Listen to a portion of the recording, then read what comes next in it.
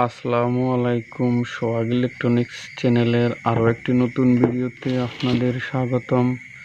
তো ভিউয়ার্স, এটি চায়না 14 ইঞ্চি normal PCB. তো এই পিসিবিটির আইসি নম্বর হচ্ছে 8893। তো ভিউয়ার্স, আজকে আমি আপনাদের যে বিষয়টি নিয়ে আলোচনা করব সেটি হচ্ছে পাওয়ার সেকশনে আপনার যে সমস্ত ফল্ট সাধারণত হয়ে থাকে। তো ভিউয়ার্স, আপনাদের আমি প্রথমেই বলে রাখি, পাওয়ার সেকশনের প্রবলেম সলভ করার আগে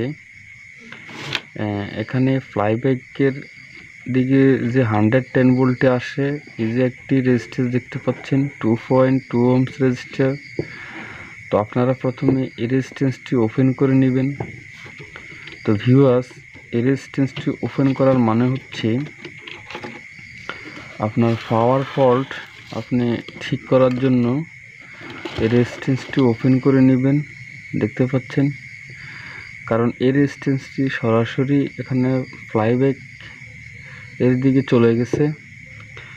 তো এটি যদি আপনি ওপেন না করেন তাহলে আপনি বুঝতে পারবেন না কি আপনার পাওয়ার সেকশনের প্রাইমারি সেকশনের সমস্যা নাকি পাওয়ার সেকশনের সেকেন্ডারি সেকশনের সমস্যা। তো ভিউয়ার্স, এই যে কালো যে বর্ডারটি দেখতে পাচ্ছেন, এটি কিন্তু পাওয়ার সেকশনের প্রাইমারি সেকশন। যদি আপনার পাওয়ার সেকশনের সেকেন্ডারি সেকশনে কোনো শর্ট থাকে তাহলে প্রাইমারি সেকশন কিন্তু আপনার ওকে থাকলেও এখানে সেকেন্ডারি সেকশনে ভোল্টেজ দেখাবে না। তো ভিউয়ার্স, সেজন্য আপনারা প্রথমে রেজিস্ট্যান্সটি ওপেন করে নেবেন।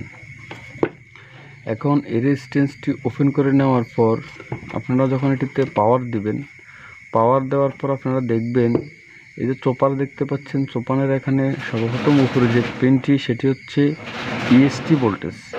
তো এই ইএসটি ভোল্টেজটি 110 ভোল্ট হয়। তো ভিউয়ার্স, এখানে 110 ভোল্ট যদি না আসে তাহলে বুঝতে হবে যে আপনার পাওয়ার সেকশনে প্রাইমারি সেকশনে ফল্ট।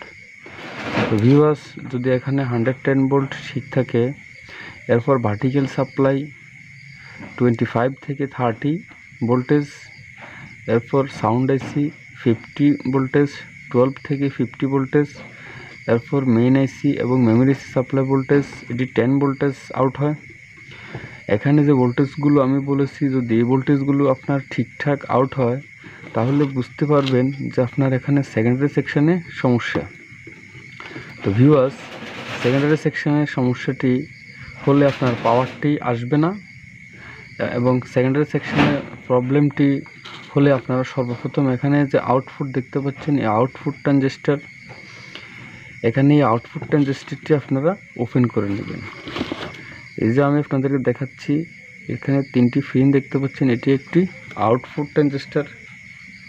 তো ভিউয়ার্স, এই আউটপুট ট্রানজিস্টরটি যদি শর্ট হয় তাহলে কিন্তু আপনার পাওয়ার সেকশনটি পুরোপুরি বসে যাবে।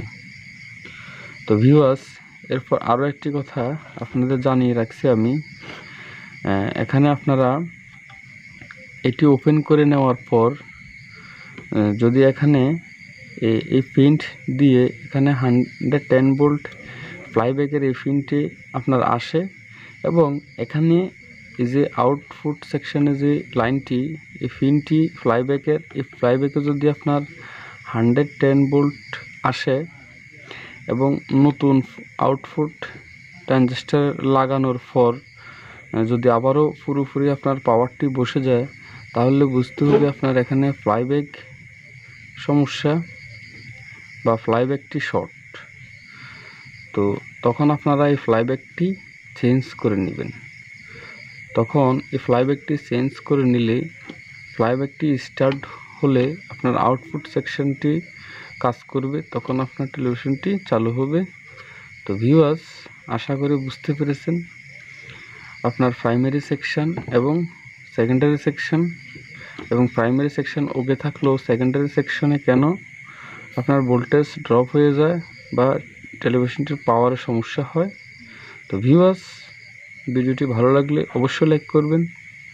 আর ভিডিওটি যারা শেষ পর্যন্ত দেখেছেন তাদেরকে অসংখ্য ধন্যবাদ।